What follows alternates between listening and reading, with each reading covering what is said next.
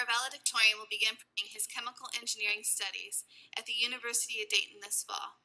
Giving his address, our valedictorian, Mr. George Moresea.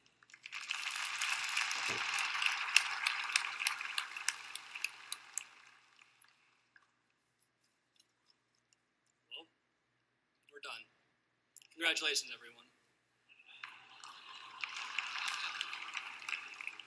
Just kidding. On a more serious note, here's a speech for all you guys.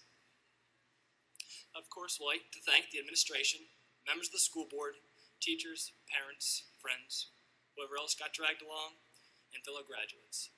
It's an honor to speak to all of you today. It's a daunting task writing a speech. You worry about what to say and if people will like it. So, I wrote the speech like most of us write papers for school. I procrastinated till the night it was due, and then Googled stuff. I ended up on YouTube and other miscellaneous sites, and eventually finished in time. I think this sums up how most of us wrote our papers here in high school, but here we are in class of 2013. We did it.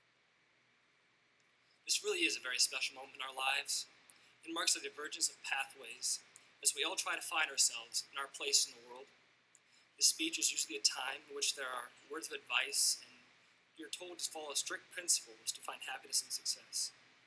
Quite aptly put by Robert Orben, the graduation ceremony is where the speaker tells students, dressed in identical caps and gowns, that individuality is the key to success.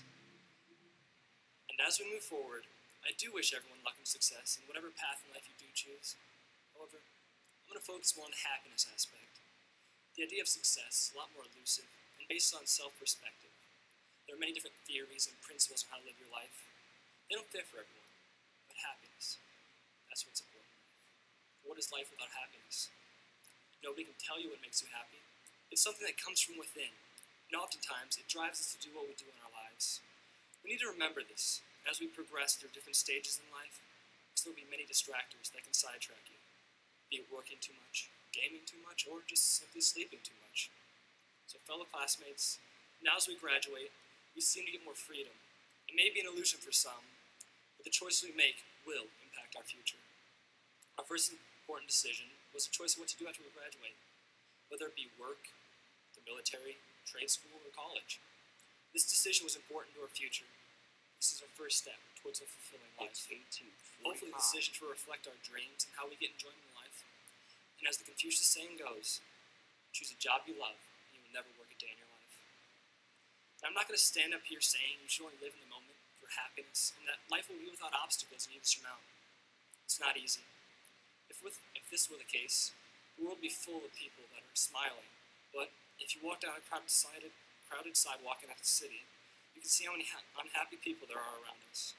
They've lost their focus and let negativity into their life. I think this is normal, intrinsic to the human element, but you can't let it consume you. I'm not saying that every day you have to be happy and never think anything mean, but I am challenging all of us to just stop and think, is what I'm doing really what I enjoy and want in life? Live a life full of love, laughter, and enjoy every moment. Be overly optimistic. It can't hurt. Laugh easily and smile even quicker. Live so you won't have any regrets of the things past. Happiness comes with good times, laughs, and memories. So as we move forward, we must remember these moments in our lives, because our past is what molds us into the people we are today, and we will forever cherish these memories, both the serious and the more enjoyable. In our time here at high school, we have hopefully made many memories, and so let us not forget some, be it more serious memories like the bomb threat that got us a day off school. I still have to thank whoever did that, had more time to study for a test. Or the poor bird that died in that tree, stuck there frozen all winter. And let us reflect on the more funny ones, like our former principal, Mr. Nicholas, chasing goats through the courtyard, and the assembly that warned us of the danger of butt sexting. But through it all, we made it. And so again, thank you to all the people that have supported us graduates through these tough high school years. You've helped us, shape us in many ways. We couldn't be here today without you guys.